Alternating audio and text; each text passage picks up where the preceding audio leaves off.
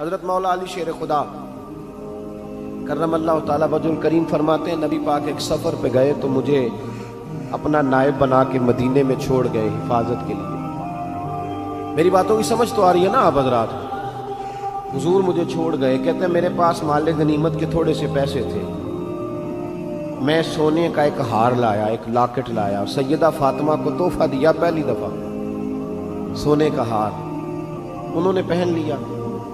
نبی پاک علیہ السلام کا طریقہ مبارکہ یہ تھا کہ حضور جب سفر پہ جاتے تھے تو سب سے آخر میں سیدہ فاطمہ کے گھر جاتے، اور جب واپس آتے تو سب سے پہلے آتے، سب سے پہلے۔ حضرت علی کہتے ہیں قاصد آیا، اس نے آ کے بتایا کہ کل نبی پاک واپس آ جائیں گے۔ سیدہ فاطمہ بڑے دنوں سے انتظار کر رہی تھی کہ حضور آئے نہیں، اتنے دن ہو گئے۔ جب جا کے بتایا نا کہ کل حضور آئیں گے تو کہتے سیدہ نے صبح سے صفائیاں شروع کر دی، کھانا پکایا اپنے محبوب کے لیے، حضور کے لیے بہترین کھانا بنایا اور بہت ساری تیاری کی۔ کہتے ہیں حضور آئے، حسب روایت حسب عادت، وہی مبارک عادت جو محبوب کی ہمیشہ سے تھی، نبی پاک آئے، پہلا قدم سیدہ فاطمہ کے گھر میں رکھا، السلام علیکم کہا، اور سیدہ نے وعلیکم کہا تو حضور نے ان کا چہرہ دیکھا تو واپس چلے گئے۔ حضرت فاطمہ رونے لگ گئی۔ مولا علی شیر خدا کہتے ہیں میں گھر آیا تو بی بی صاحبہ زاروں قطار رو رہی، فاطمہ کیا ہوا؟ کالی پتہ نہیں، حضور سلام لیا واپس چلے گئے، ایسا کبھی ہوا ہی نہیں، پتہ تو کریں۔ شیر خدا کہتے ہیں میں مسجد میں گیا تو نبی پاک بھی ایک کونے میں بیٹھ کے رو رہے ہیں۔ میں نے کہا یا رسول اللہ آپ یہاں رو رہے ہیں، فاطمہ وہاں رو رہی ہے، بات کیا ہے؟ تو نبی کریم علیہ السلام نے فرمایا وہ میری بیٹی ہو کے سونا پہنتی ہے، اگر فاطمہ بھی سونے سے پیار کرے گی تو امت کی غریب بیٹیاں کدھر جائیں گی؟ وہ بھی سونا پہننے لگ گئی ہے، وہ بھی اگر یہ کام کرے گی تو غریبوں کی بچیاں کس کے طریقے پہ چلیں گی؟ وہ بھی سونا پہنتی ہے۔ حضرت علی کہتے ہیں میں نے کہا یا رسول اللہ انہوں نے نہیں پہنا، وہ تو میں نے لا کے دیا ہے، انہوں نے خواہش نہیں کی۔ تو محبوب نے فرمایا اسے جا کے بتاؤ۔ حضرت فاطمہ الزہرا رضی اللہ تعالی عنہا کو جا کر کے بتایا گیا کہ محبوب پاک تو اس بات سے آپ سے ناراض ہے۔ حضرت فاطمہ نے اسی وقت سونا اتارا، کہا علی جو مدینے میں سب سے غریب گھر ہے اسے دے آ جا کے۔ بھائی نبی پاک نے انہیں سادگی میں رہنا، پاکیزگی میں رہنا سکھایا، انہیں حسن سکھایا، انہیں عبادت سکھائی۔ نبی پاک علیہ السلام، یہ تو ساری دنیا بیان کرتی ہے کہ امام حسین نبی پاک کے کندھے پہ بیٹھ جاتے تھے سجدے کے عالم میں تو 72 تسبیحیں حضور پڑھتے تھے۔ پتہ ہے حضور سکھاتے کیا تھے؟ نبی پاک امام حسین کو سجدہ کرنا سکھا رہے تھے، حضور سجدہ کرنا سکھا رہے تھے، سجدہ کرنا۔ پورے کربلا میں، پورے کربلا کے واقعے میں کسی جگہ بھی امام حسن اور امام حسین نے کسی ایک مقام پہ بھی یزیدیوں سے کوئی مطالبہ نہیں کیا، کوئی بات نہیں منوائی، کہا جو تمہاری مرضی۔ ایک بات صرف کی، ایک گزارش، توجہ ہے میری بات پر، ایک بات صرف کی، ایک مطالبہ رکھا۔ جب 9 محرم کو عمر بن سعد نے، شمر نے، ان سب نے کہا نا کہ حسین یا اب بات ختم ہو گئی، یا بیعت کرو یا جنگ کرو، تو امام حسین نے فرمایا مجھے ایک رات کی مہلت دو۔ علی کے بیٹے مہلت مانگ سکتے ہیں؟ بولے نا یار، مہلت مانگتے تھے وہ، کیا ضرورت تھی؟ امام حسین نے فرمایا مجھے مہلت دے، ایک رات رہ گئی ہے، میں راج کے سجدے کرنا چاہتا ہوں۔ سجدوں کے لیے مہلت مانگی، سجدوں کے لیے، توجہ ہے میری بات پر؟ محفلیں لمبی، نمازیں چھوٹی، 24 گھنٹے آپ کسی کو بٹھا لیں باہر، وہ بیٹھا رہے گا، گپے لگائیں، نماز کا ٹائم ہوگا تو پتہ نہیں کیا ہو جاتا ہے، لوگوں دوڑ گئے، او ہو نماز پڑھنی پڑ جائے گی، ایسے لگتا ہے جیسے کوئی بہت مشکل مرحلہ آن پڑا۔ بھائی کربلا والوں کا تو پیغام ہی نماز ہے، ان کا تو طریقہ ہی نماز ہے۔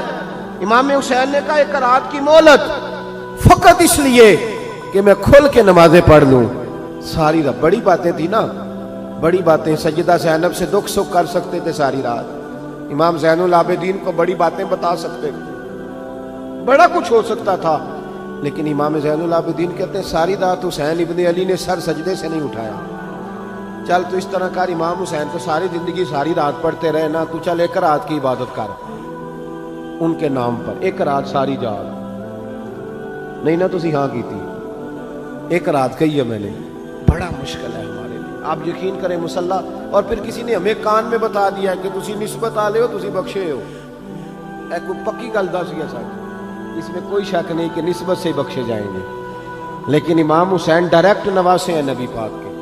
اگر وہ نسبت کے باوجود بھی ساری ساری رات نماز پڑھتے ہیں، تو کس قسم کا نسبت والا ہے کہ 10 محرم کو بھی تیری ساری قضا ہو جاتی ہے، ساری قضا چھٹی، ہم نسبت والے ہیں. بس نسبت کا یہ معیار ہوتا ہے. نسبت کا معیار یہ ہوتا ہے کہ جو محبوب نے کیا وہ ہم نے کر کے چھوڑنا ہے، وہ کام کرنا ہے. اور پھر اہل بیت نبوت کا اسوہ حسنہ پردہ ہے. پردہ بڑی گمراہی آ گئی ہے امت میں. اب جو بچی MA MBA کر لیتی ہے وہ سب سے پہلے یہ مطالبہ کرتی ہے کہ ہمارے حقوق برابر کے. اسلام نے عورت کو برابر کے حقوق نہیں دیے، عزت والے حقوق دیے. کون سے حقوق دیے بولیے؟ میں ایک یونیورسٹی میں تھا تو ایک بچی نے پیغام دیا، کہنے لگی جی، بچیاں بھی تھی پردے میں بیٹھی ہوئی، لیکچر یونیورسٹی میں ہو رہا تھا، تو اس نے کہا جی عورت کا تو گھر ہی کوئی نہیں ہوتا، عورت کا تو گھر ہی کوئی نہیں، تو ہم کدھر جائیں؟ میں نے کہا چلیں ادیبانہ انداز میں یہ بات درست ہے لیکن حکیمانہ انداز میں درست نہیں. عورت کی تو اللہ تعالیٰ نے ذمہ داری بڑی شاندار رکھی ہے. جب تک باپ جوان ہوتا ہے نا، توجہ ہے میری بات پر، جب تک باپ جوان ہوتا ہے تو بیٹی اس کے گھر رہتی ہے، اور جب بچی جوان ہوتی ہے، ابا تھوڑا بوڑھے ہونے لگتا ہے نا، تو اللہ تعالیٰ خامد کی ڈیوٹی لگا دیتا ہے عورت پر. اور جب خامد تھوڑا بوڑھا ہونے لگ جاتا ہے تو بچے جوان ہو جاتے ہیں. تو میں نے کہا بی بی تو سمجھی نہیں، تو کہتی ہے میرا گھر کوئی نہیں. رب کریم نے تو تیرا محافظ ہمیشہ جوان آدمی کو رکھا ہے، جوان کو، کبھی باپ کو، کبھی بھائی کو، کبھی بیٹے کو، کبھی شوہر کو. تو یہ کیسے؟ اسلام نے تو تیرے لیے جوان خون تیرا محافظ رکھا، اگر تو سمجھے. حضرت فاطمہ نے ساری زندگی پردے میں گزاری، ان کا ننگا سر کبھی سورج نے بھی نہیں دیکھا. یہاں اللہ خیر کرے دینداروں کی بچیاں پردہ نہیں کرتی، حاجیوں نمازیوں کی بچیاں پردہ نہیں کرتی. کپڑے استری نہ ہو تو گھر میں جھگڑا شروع ہوتا ہے، اور بی بی پردہ نہ کرے تو پرواہ کوئی نہیں. حضرت عبداللہ بن سہل ایک تابعی بزرگ ہے، نام یاد رکھنا. عبداللہ بن سہل کہتے ہیں سیدہ زینب جب کربلا سے واپس آئیں تو وہ میری پڑوسن تھی. 15 سال کہتے ہیں میں ان کا پڑوسی رہا ہوں. 15 سال، 15، امام شورانی نے اس کو لکھا ہے، 15 سال میں حضرت زینب کا پڑوسی رہا. کبھی ہوتا ہے نا کہ بی بی برقع پہن کے باہر نکل آتی ہے، بازار جانا ہے، دوائی لینی ہے، کوئی کام ہے. کہتے ہیں 15 سال میں پڑوسی رہا، پر میں نے پردوں میں چھپی ہوئی زینب بھی کبھی نہیں دیکھی. ہوتا ہے نا برقعے میں بندہ بی بی دیکھ لیتا ہے، میں نے پردے میں چھپی ہوئی بھی بی بی کبھی نہیں دیکھی. تو کربلا والوں کا تو طریقہ پردہ ہے، ان کا طریقہ. اب آخری بات سنیں، کربلا والوں کا طریقہ حوصلہ ہے، ہمت ہے. ہمارے ہاں نا خودکشیاں عام، جھگڑا عام، لڑائی عام. اس کی وجہ یہ کہ حوصلہ کوئی نہیں. ذرا سی بات کوئی بندہ برداشت کرنے کو تیار. اہل بیت کا جو طریقہ ہے نا وہ حوصلہ ہے، وہ صبر ہے.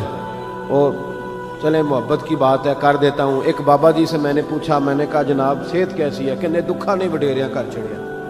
میں کہا کنی عمر ہے تھوڑی؟ کہتا میں عمر تے آویں 76 کو سال ہے. تو میں کہا دکھاں تو بغیر بھی ہوں تساں وڈیریا ہی ہونا سی. بس کر دے، دکھوں کو بدنام کیا ہوا بلا وجہ. اب بس کریں، وڈیرے ہونا تھا کہ نہیں ہونا تھا؟ تو نہ دکھاں دا لا دیتا ہے. ہجوم غم میں بھی توہین نے ضبط غم نہ ہوئی، ہم تو اس احتیاط سے روئے کہ آنکھ نم نہ ہوئی. اللہ والے تو مطلب شکوہ کرنا ہر وقت شکوہ، حوصلہ ہی کوئی نہیں، سکون ہی کوئی نہیں، پریشانی بڑی ہے جی، آزمائش بڑی ہے. کبھی آپ نے کہیں سنا ہے کہ واقعہ کربلا کے بعد حضرت زینب معاذ اللہ نفسیاتی مریض ہو گئی تھی؟ امام زین العابدین، سیدہ سکینہ، حضرت صغرا وہ حوصلے میں رہے، متوانا رہے. امام زین العابدین نے اس کے بعد بھی کئی دفعہ پیروں میں بیڑیاں پہنی، کئی دفعہ. سادات کا خاندان چلا. یہ جو داتا علی اجویری نے آ کے آپ کو کلمہ پڑھایا یہ بھی سید زادے ہیں. سیدوں کا قافلہ رکا نہیں، یہ خواجہ اجمیری بھی سید زادے، غوث پاک جیلانی بھی سید زادے. یہ سادات کا سلسلہ چلتا رہا. بار بار آ کے امت کی قیادت کی ان لوگوں نے. جب دیکھیں نا یہاں کسی بندے کا کٹا ہوا ہاتھ پھینکا جائے نا، بلکہ انگلی پھینک دی جائے تو لوگ ڈر کے بھاگ جائیں گے، کسی کا، اپنے کسی کا نہیں، کسی کا، کیونکہ انسان کا وجود کٹ جائے تو دہشت پیدا ہوتی ہے، آپ ڈر کے بھاگ جائیں گے۔ امام حسین کا کٹا ہوا سر، توجہ ہے میری بات پر؟ ذرا غور کرنا، بندے کا سر کٹ جائے، ہم سنتے ہیں بات پر غور نہیں کرتے۔ دھاڑ ان کا پڑا تھا کربلا میں، کٹا ہوا سر، زلفیں، پگڑی، کٹا ہوا سر نیزے پہ، آگے آگے سر جا رہا ہے، پیچھے سیدہ زینب جا رہی، با پردہ یزید کے دربار میں پہنچی، بی بی صاحبہ پردے میں بیٹھ گئی۔ یزید کہنے لگا دیکھ لو، اللہ نے مجھے عزت دی اور میرے دشمنوں کا معاذ اللہ کیا حال ہوا۔ جب اس نے یہ کہا نا تو حضرت نعمان بن بشیر صحابی بیٹھے تھے، اور ساتھ کہتے ہیں میرے ایک نابینا صحابی بھی بیٹھے تھے۔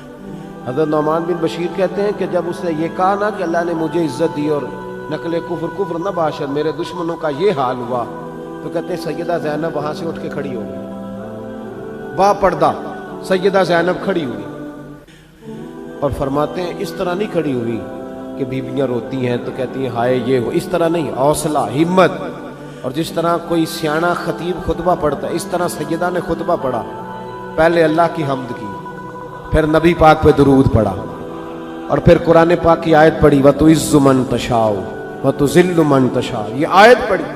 کہتے سیدہ کی آواز میں وہ روب تھا، وہ گرج تھی، وہ وقار تھا، وہ اطمینان تھا کہ وہ نابینا صحابی میرا گھٹنا ہلا کے کہنے لگے نعمان علی آ گئے ہیں دربار میں، علی آ گئے ہیں، جبریل امی بول رہے ہوں جیسے، حکمت کے گوہر رول رہے ہوں جیسے، دربار دمشق میں بی بی زینب کا خطاب منبر پہ علی بول رہے ہوں جیسے۔ کہا یہ تو حضرت علی کی آواز، علی آ گئے کیا، علی آ گئے۔ سیدہ زینب فرمانے لگی یزید تیری حکومت ہے، اور تو کہتا ہے کہ اللہ نے تجھے عزت دی، ذرا وقت بدلنے دے، ذکر تیرا بھی ہوگا پر تجھ پر لوگ لعنت برسائیں گے، اور جب میرے حسین کا ذکر ہوگا تو خطیب جمعے کے خطبے میں ذکر کیا کریں گے، خطبوں میں میرے نام۔ بھائی حوصلہ پیدا کرے زندگی میں، ہمارے اندر حوصلہ نہیں رہا، حوصلہ نہیں، توانائی نہیں، ذرا سی بات پہ ہم بگڑتے ہیں، ناراض ہوتے ہیں، اپنی طبیعتوں کو اکٹھا کریں۔ پہلا سبق یہ عرض کیا ہے کہ اہل بیت سے پیار کریں، بحث چھوڑ دیں، صحابہ سے پیار کریں اور بحث، نبی پاک کا میلاد منائیں اور بحث کرنی چھوڑ دیں۔ اور دوسری بات یہ کہ اہل بیت کا طریقہ فقر و فاقہ ہے، ان کا طریقہ سخاوت ہے، ان کا طریقہ پردہ ہے، ان کا طریقہ عبادت ہے، ان کا طریقہ حوصلہ ہے، حوصلہ مند زندگی گزاریں، توانائی والی زندگی۔